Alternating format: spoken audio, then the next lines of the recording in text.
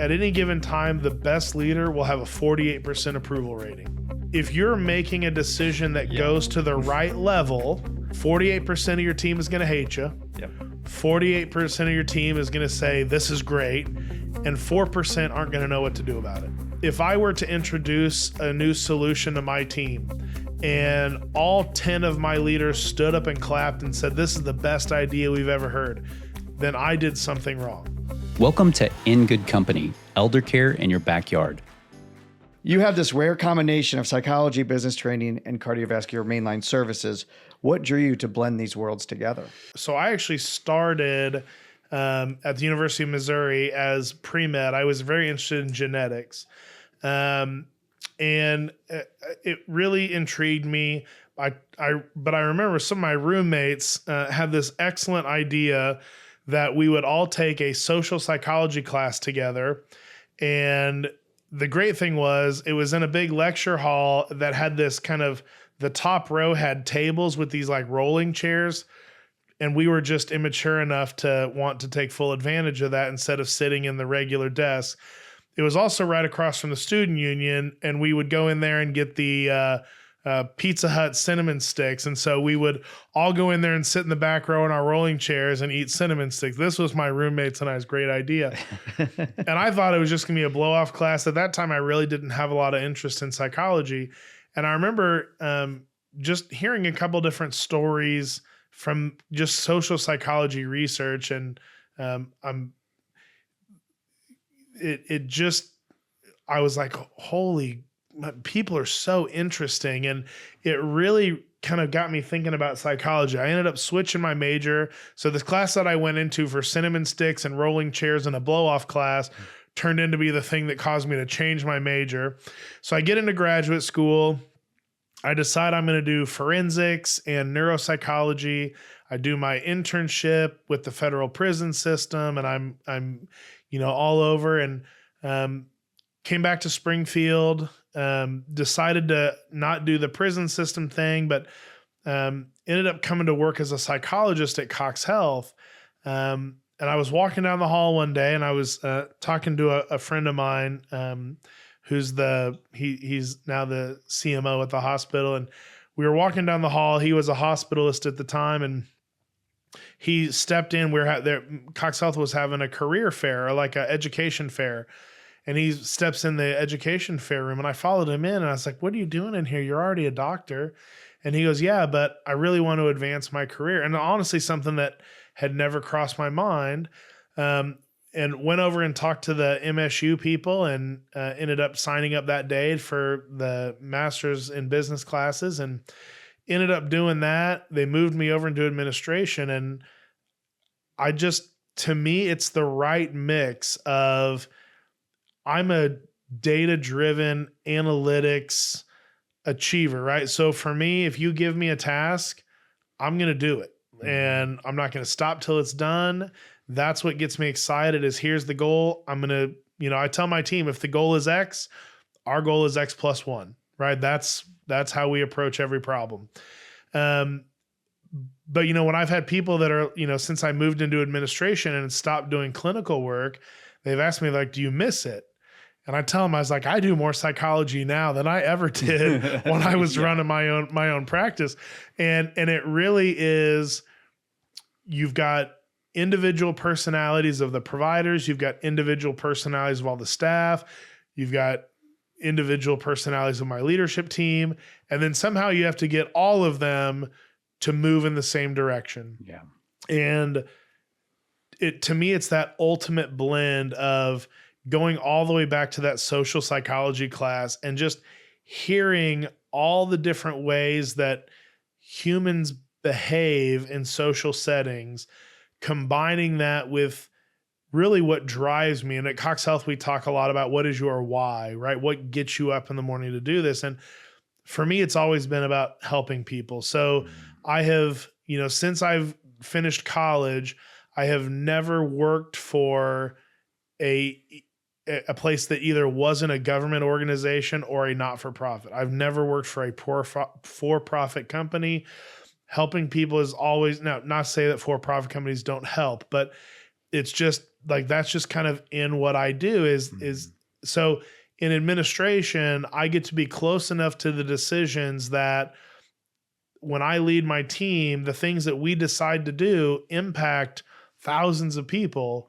But at the same time, I get to be that kind of analytics, decision maker, psychology, kind of all at once. And my vice president jokes that the cardiology team was in a place where they needed a psychologist to come in and be the leader. And I joke with them a lot. I'm like, yeah, I do a lot of psychology with you guys on a regular basis. So to me, it's just a great marriage of what I first thought I wanted to do, pre-med, being interested in the medicine piece, switching to psychology. To me, hospital administration is that blend of both. And that's what I really get excited about.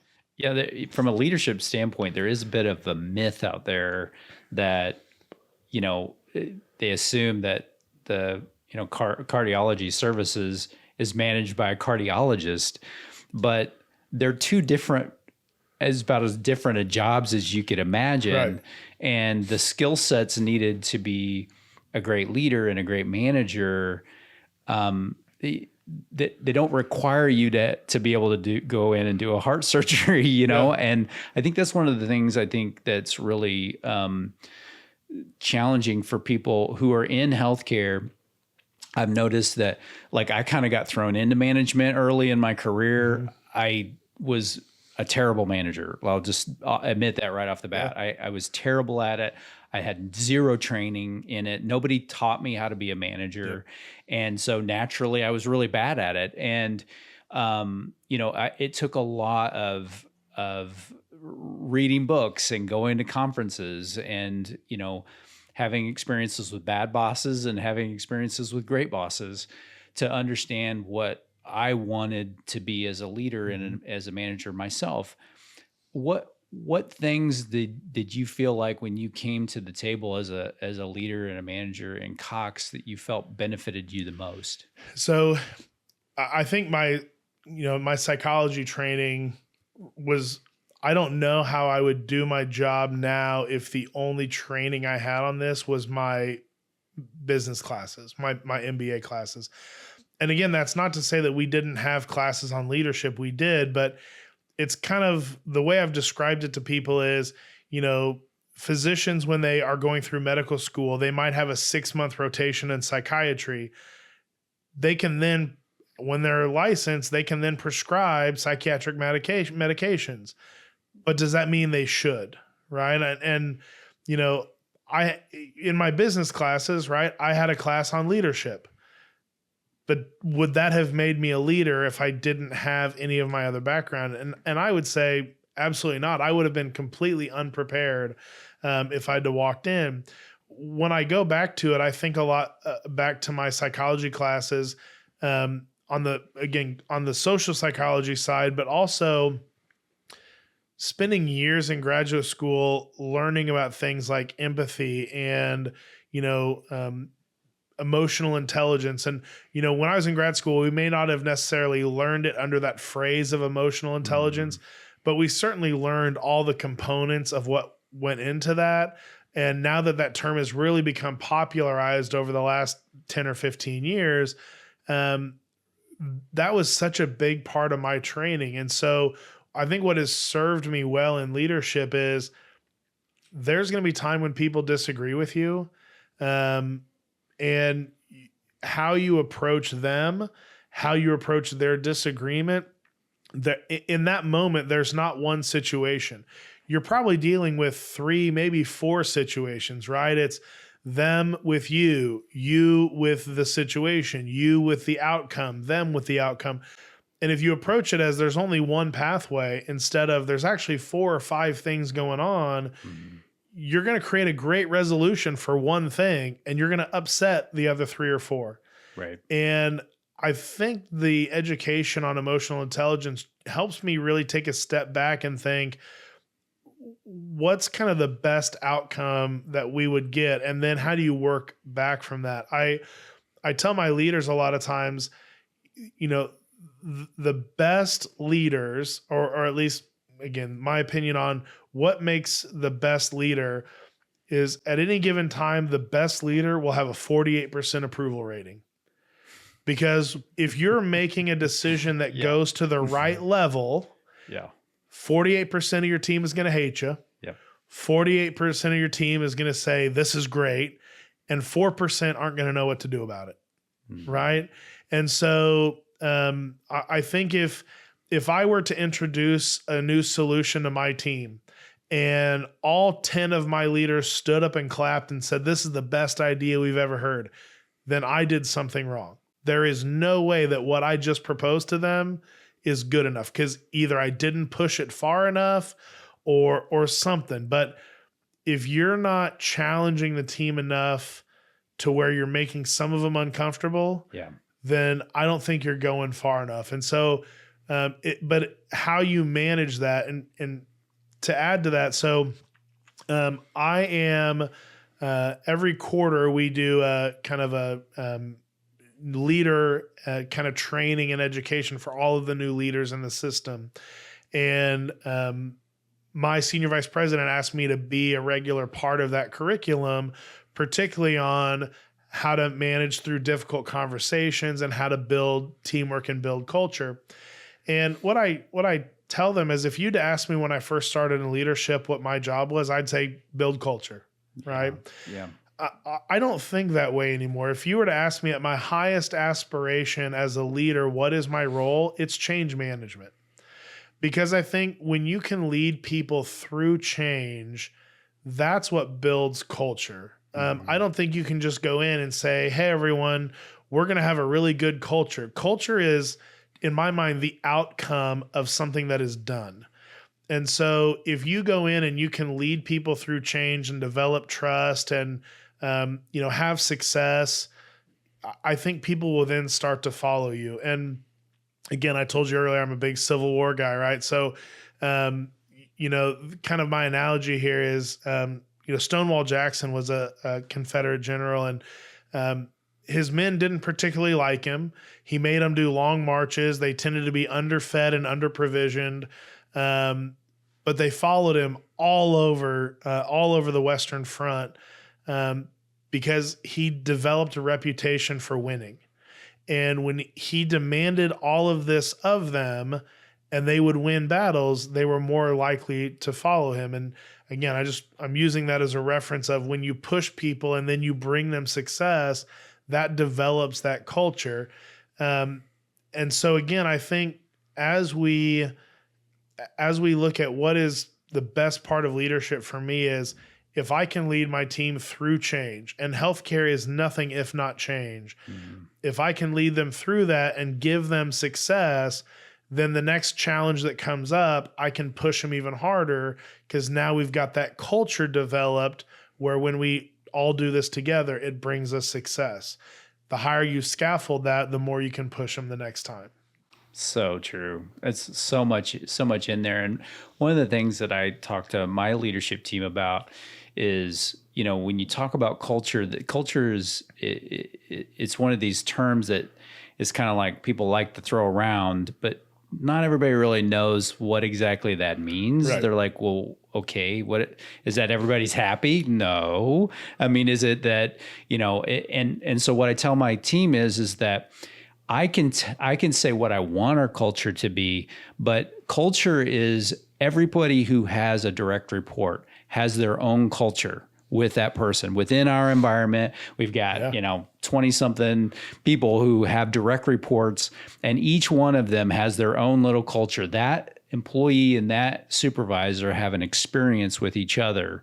And we talk about caring culture, caring coaching here, and that, our number one core value is to seek personal and professional growth, and that you're a coach and you're supposed to help them get there one way or another. And so you have to push them. And that means that you're not always going to be your favorite.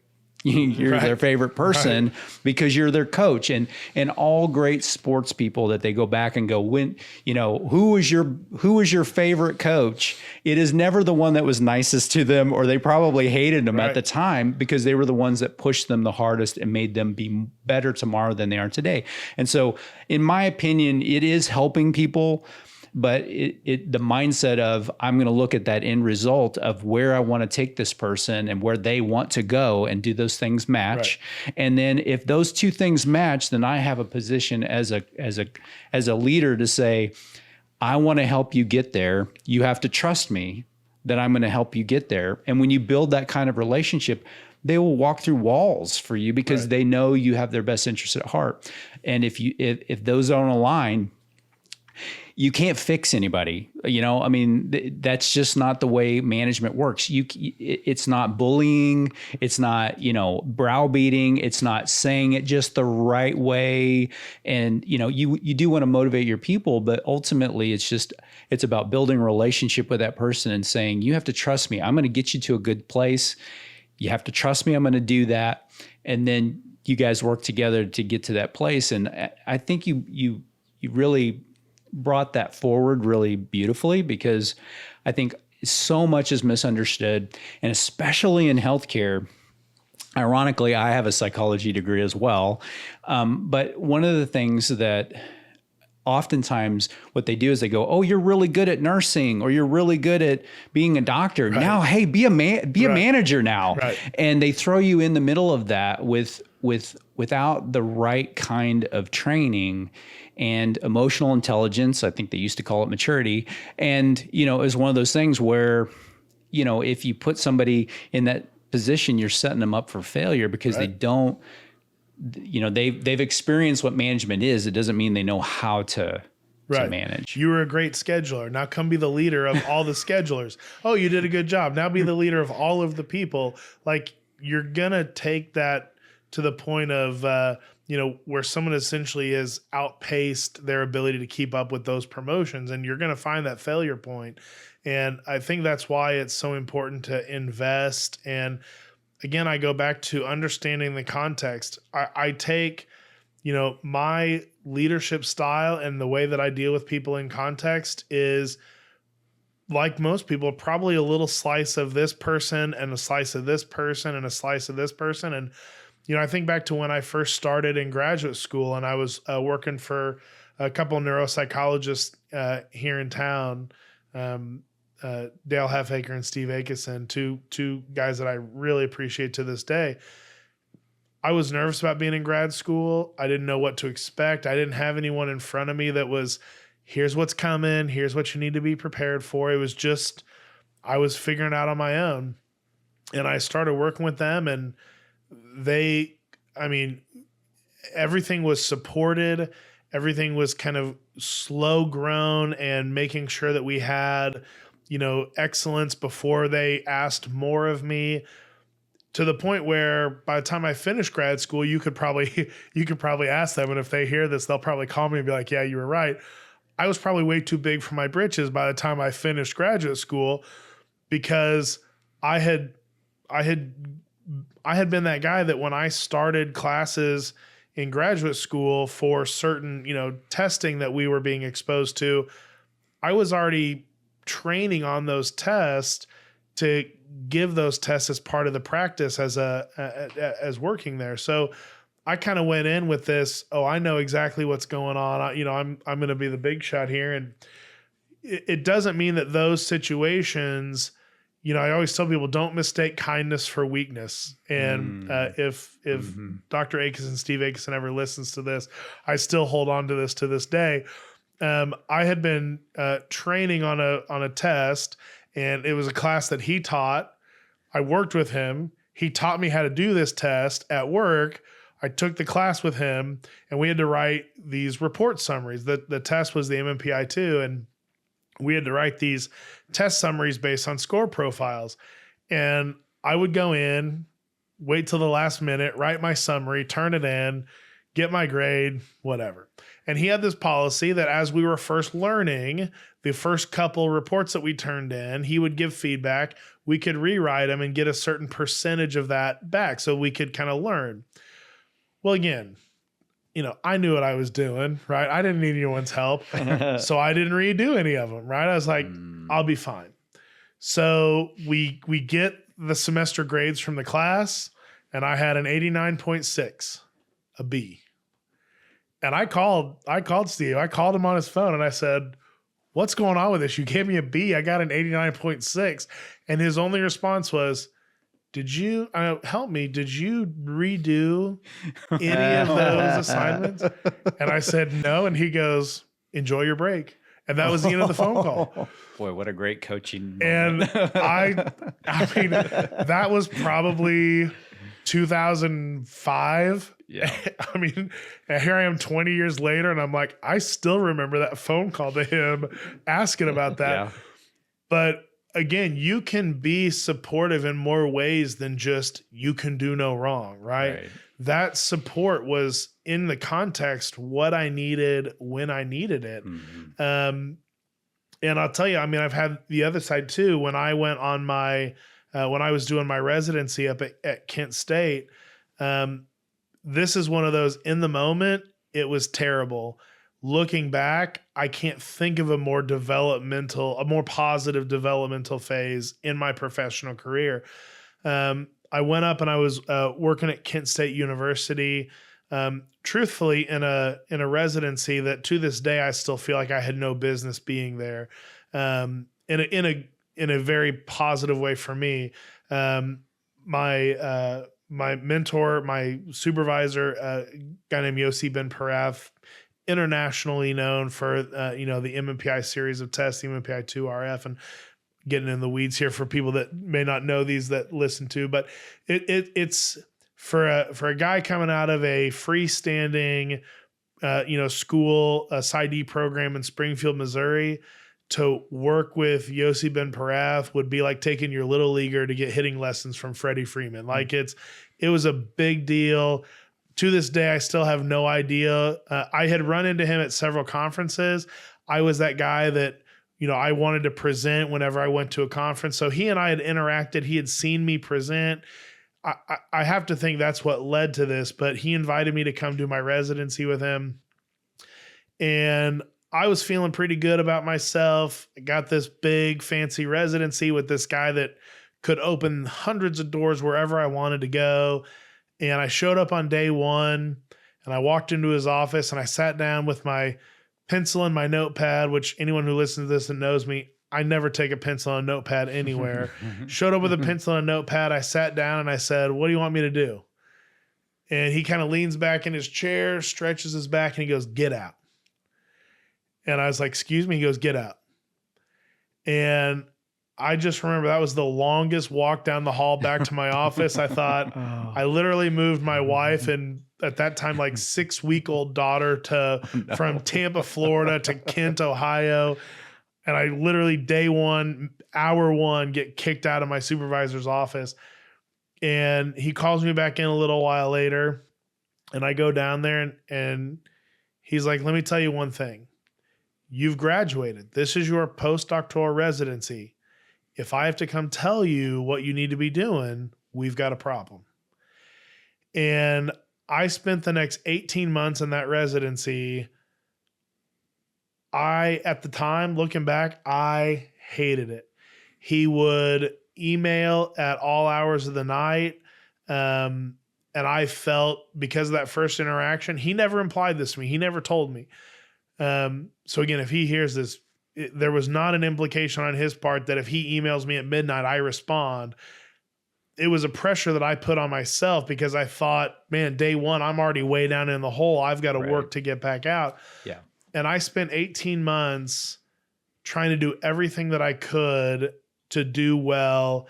Ended up, we started a research group with his students. Ultimately, we got 2 papers published in 18 months. We did a lot of really good things. I used that as a springboard to connect with one of my old supervisors. We ended up doing an edited book together that we published through Oxford University Press. Doors that opened through this relationship. And at the time, I could not wait to leave Ohio. It was the worst thing. I hated it. And I'll tell you, if I look back now, it was the coaching that I needed, right? It's when you were in grad school, you had the safety net, you had that stuff. You're a postdoc now. This is your last chance to figure out how to spread your wings before there is no safety net. And I tell my leaders now, I'm going to treat you like what you're becoming, not like what you are. And so if my managers desire to become a director or an administrative director or a VP, whatever that is, I want to start expecting of them the same way that he did of me. I'm going to expect you to be of what you want to grow into, because if I wait and coach you on how to do that job till you're in it, you're already behind. Yep. And again, I take a little slice of that time, working with Dr. Ben Parath. I take that slice of working with Dr. Halfacre and Dr. Akis, and those are people professionally that really kind of molded all the different ways that I see leadership. But you're right, to just go in and say, my job duty is build culture. That means nothing. I mean, you could replace culture with the number 7 and it makes just as much sense. It's this abstract concept with no connotation. And that's why I've really changed my mindset on, at the highest level, what is my job? My job is, if I lead people through change successfully, the financial benefit, the culture benefit, all that stuff is a symptom of that cause. And so that's what we really focus on, is we want to get the cause right. We want to get the problem right, and then the outcome of that problem will be all those other positive things that happen. So, absolutely. I was fired from Blockbuster. Yeah. What? Yeah, I was fired from Blockbuster. I think it hopefully was not recently, right? Not recently. I don't even know. Is there a Blockbuster around? I don't know. But I don't know where I was in my journey. I may have still been in high school, but I had applied at a Blockbuster, did one day of training, was supposed to be at a meeting on Saturday morning. It was an all hands on deck meeting, and I missed it. And immediately got a phone call. Wow. And I was fired immediately. And I didn't miss a meeting after that. Yeah. It was a career changing experience. And I tell my leaders that too. It's that you're pushing your people to be better tomorrow than they are today. And sometimes that means asking them to leave, but it's also, you have to take it from a standpoint that everything you do is about trying to help them because you know that there's going to be somebody after you. Right. And they're also going to maybe be in that position, and you have to demonstrate what that looks like to them. And you also have to help them. You have to be the one person who's going to tell them the truth, so that they don't run around thinking they're running into walls and don't understand why, because nobody took the time to say, here's the deal, and try to really help them from a career standpoint. Because a lot of times I think manager gets a bad connotation, because there's all these horror stories about people who should not be in management, in a management position. And that just says a lot about the leadership of that company. But ultimately it's all about great leaders and great managers working with people to try to get them all moving in the same direction. Because, we have a greater purpose in that we're trying to help vulnerable people who need us.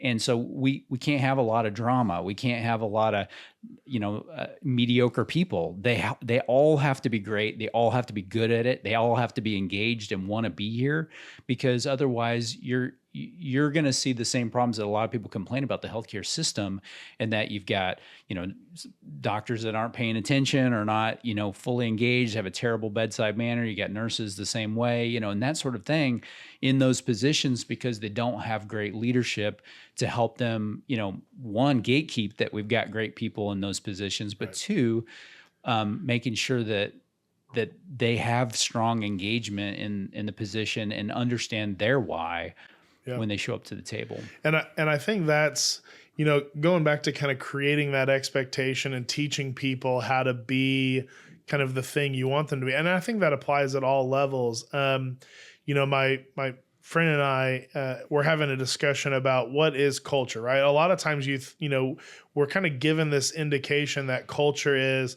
the person who's sitting in the cubicle next to me will be there 20 years from now with me. And I said, well, that's great, unless over 20 years you grow to resent that person because you're doing half of their job too. Right. And so the idea is, I want to set a guideline. I want to set an expectation for my team that, and again, here's my challenge to the other service lines at Cox Health. We are going to be the best service line. and we're going to talk every day like we're the best service line, and we're going to start to act like we're the best service line. And in that sense, if you act like it long enough, eventually we'll wake up one day and we will be the best one, right? And so how are we going to accomplish that? Well, I think that's where we really have to tune into being clear with our expectations. I believe it's Brene Brown has a quote, and she says, "Clear is kind." And when I think about setting expectations for my team, it's not wishy-washy. It's here's the volume expectation, here's the quality expectation, here's the time expectation, and we work around that. And it's we want to give people an opportunity to hit that goal before we start having conversations about it. But truthfully, what I have found is if someone's not meeting the mark, they've given no indication of meeting the mark, and because you're either afraid of that conversation or you're just afraid of how they might respond, you never hold them accountable to that. Number one, the only person you're going to frustrate in that is your high performer that's tired of doing that person's job. But you're actually going to make it less likely the person who's not doing their job ever leaves. Right? I'm a big fan of The Office. So Civil War and The Office, those are kind of my two movies. But, there's a quote from the character Michael Scott in The Office where he's talking about, and again, this is pre-presidency, but he's referencing Donald Trump on The Apprentice, right? And he's, that his catchphrase is "you're fired." And he goes, "I would never say that. I would say you're hired and you can work here as long as you want." And on the outset, right, we talk about culture, about people knowing that they have employment. But that's so counterintuitive to what makes a great business when you not only hire, but you tolerate continued mediocrity. I've got some staff that I check in with on a regular basis. And what I tell them is my job is to make sure if you're a high performer that you stay wanting to be a high performer. The one thing I've never had a high performer on my team ask for is for me to surround them with low performers. You'll never have that. And so if my high performers that I want to keep are demanding to be surrounded by other high performers, then that's where that conversation went with my friend is culture that person sitting in the cubicle next to you, or is culture knowing that I can take a vacation, knowing that when I come back, I don't now have 2 weeks worth of work because the week that I missed and the current week, because I've got a team of high performers that took care of me while I was gone so I could really have a vacation. And again, I think a lot of times we confuse culture with longevity. And I think those two are not, not interrelated. And they're, longevity is great if you've got people that continue to push the envelope. Right. But as soon as you start hiring C and D performers and matching them with your A and B performers, you're going to have a trend towards the mean, right? Yep. Everyone's going to end up being a C plus B minus. If you really hold people accountable and all you have is A's and B's, then the worst you're going to get is a B plus. And I think that is the way that we're kind of approaching how we build a team. And again, how we're going to win as a service line is you might get a job here, but it doesn't mean you get to keep it, right? There's an old story of a baseball manager having a conversation with his players, and he said, "My job is to find a better player than you at every position. Your job is to make sure there's not one out there." Right. I don't think that's bad advice. No, it's not. And to quote Brene Brown in another area, she talks about one of the analogies was there's a school teacher and she'd have her students drop a marble in every time, and if they broke trust, they had to pour that jar of marbles out. And that's what the basis of trust is. It's just consistency, day in and day out, and being able to trust the people around you. And ultimately, as a manager, you have to trust your team to follow through and do the things that you need them to do. And the team needs to be able to rely on each other to do the things that they need to do. And that's what pushes each other. And that's what makes for a great team. And so ultimately, in my opinion, a great manager is somebody who can be consistent, pick great people, put those marbles in the jar and keep them in there and don't dump them out. But if you do, make sure you own it and make sure that they understand that the culture that you're building is on performance, on trust, that it's a privilege to be here, to be in the company, and that if you're here, it's because you're really good at what you do. And we're not going to allow other people who aren't good at what they do to stay. Right. And that ultimately, if you're going to put a label on what culture is in our company, it's really about them wanting to feel a sense of satisfaction because they got pushed harder. They got to do things they never thought they would be able to do otherwise. And it when they look back, they see years of, wow, I never thought I'd be here because, and that great coach walked them through that. And I love your stance on leadership and management. We could probably talk for hours and hours on it. But it's such good stuff, and I can hear the great leadership and management that you have, that how your psychology has served you well, and that stepping into a role where you're over cardiologists, which we didn't even dive into, what that was all about, but again, great leadership, and we've had several people from the Cox system here. They all have exemplified great leadership. They just have a great system there. Another thing I got to shout out for Cox is that they're local, and that's harder and harder to find these days. Yep. No, the current CEO, Max Butos, is he and my senior vice president at the time were an administrative director and a VP. Max was the VP, and they're really the ones that hired me into my first leadership role. And I've always just been really appreciative. Max is probably one of the most honest people that I've ever met, whether you're ready for that honesty or not. And he's very caring in the way he delivers it. But I still remember a meeting we went into where I was kind of going in as his subject matter expert. And right before we went in, there was some news that came out that was kind of opposite of the direction that I had hoped the meeting was going to go. We went into the meeting, and rather than engaging, I was quiet and I was stewing. We got done with the meeting, and he pulled me in the office, and again, very compassionately, but very directly was like, I need to make sure you're with me on this. And I have never treated a meeting like that since. To, kind of to your story earlier, it's, you get fired for missing a meeting, you don't miss one after. And, that's just who he is. And at no point was it accusatory. At no point was it demeaning. Honestly, if anything, I got done with that situation and really like getting my talking to with more positivity afterwards than I did than before the meeting, because the message that was delivered was I didn't fulfill my role in the meeting, not because, and he wasn't mad at me because that didn't happen, but I was a member of that team going in. I wasn't an accessory to the meeting.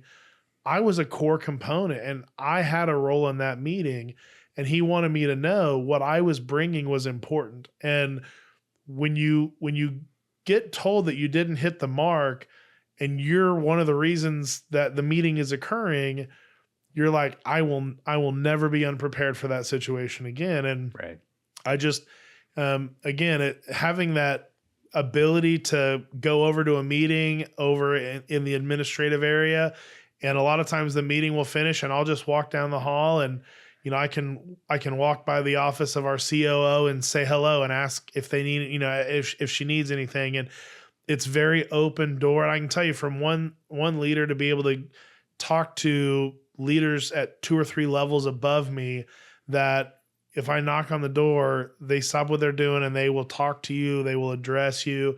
Again, I feel very confident with where we're at right now on the leadership side. So it is nice having that kind of local component, because it's not a phone call to another city or something else. It's, I can walk over the Sky Bridge, and if I need to, I can find an executive leader to have a conversation with. And that's a benefit that I make sure not to take for granted.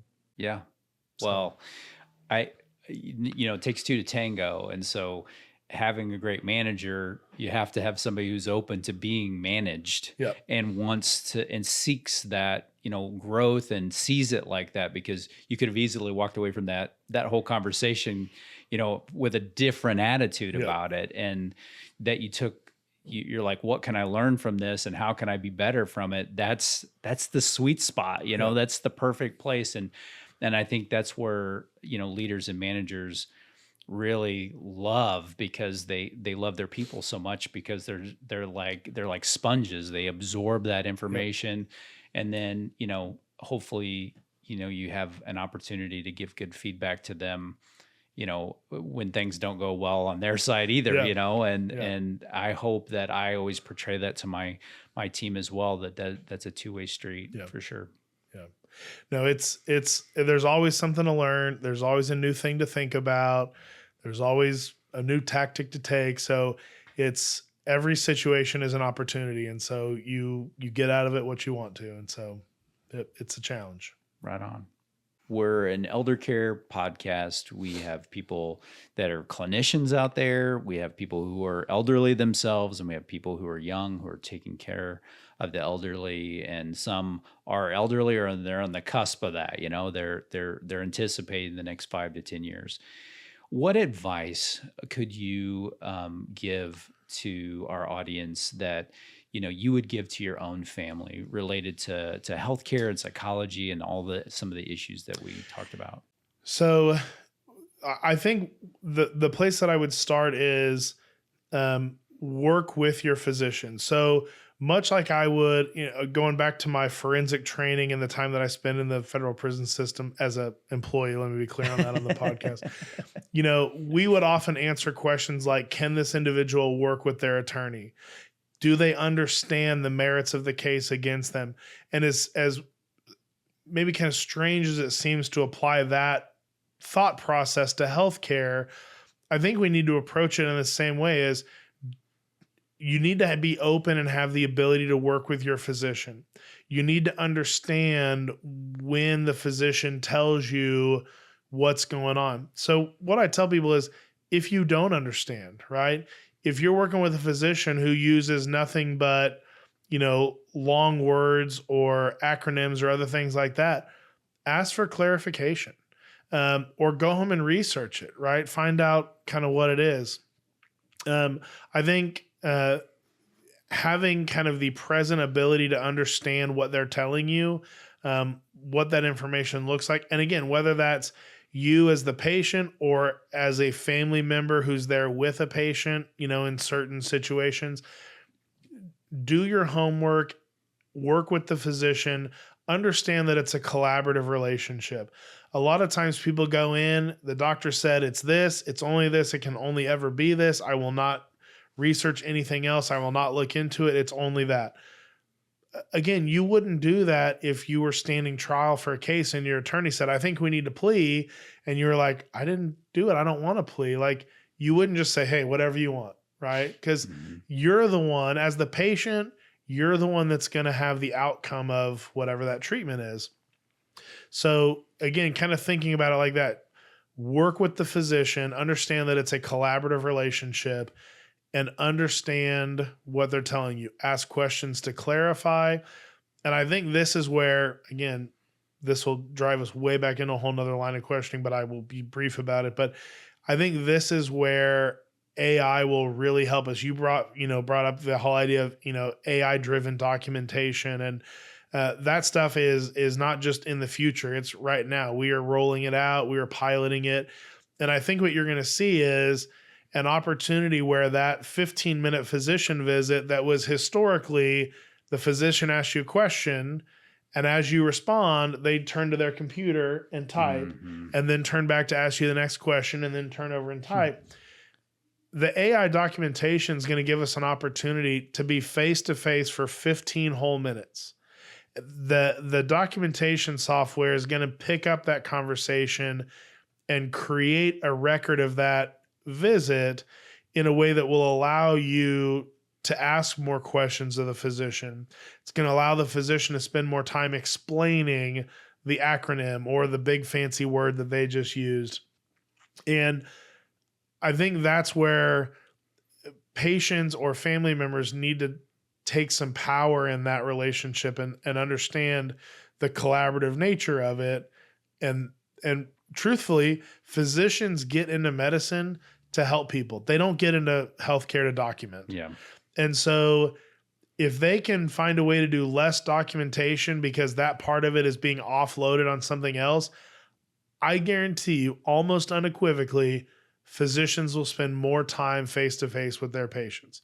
Use that as an opportunity to drive that conversation forward and be an active participant, right? Like we talked about earlier, that may be up to and including helping pre-cert your own procedure to get your insurance moving. You're the customer. Insist that it gets done. Being that collaborative partner in the process of healthcare is, I think, the most important thing you can do. Right on. It's so good. And I think, just one more thing I'll play off of, making sure that, if the insurance is getting in the way, that they feel empowered to make that call. And, hopefully the clinicians who are out there listening will help empower them to do so and give them, the words, the terms that they need to use in order to get the healthcare that they need. Yep. So so good. Yeah, you're right. It's, again, having the right piece of the puzzle is going to take both the patient and the provider, and in many cases the family member also. So again, it's a collaboration. It's not, this is not the great and powerful Oz. And honestly, I don't know that I want to speak for all of them, but I think most physicians would tell you they don't want to be viewed like that, right? I mean, the amount of pressure that puts on them to be the only one who can possibly be right and have input on this. Yeah. That's a lot of pressure, because if they miss the mark by even a little bit, the perception is you don't know what you're doing, right? Yeah. And I think physicians much prefer for the process to be, kind of collaborative and really iterative, right? Like getting incrementally closer to the right solution, as opposed to, again, pass fail, right? You're either right or you're wrong. Right. It's just human nature. More often than not, we may be wrong on our first pass. And if you're either right or wrong, and if you're wrong, then I'm not coming back to see you again. It's a lot of pressure. And so collaborative is, I think, really the name of the game.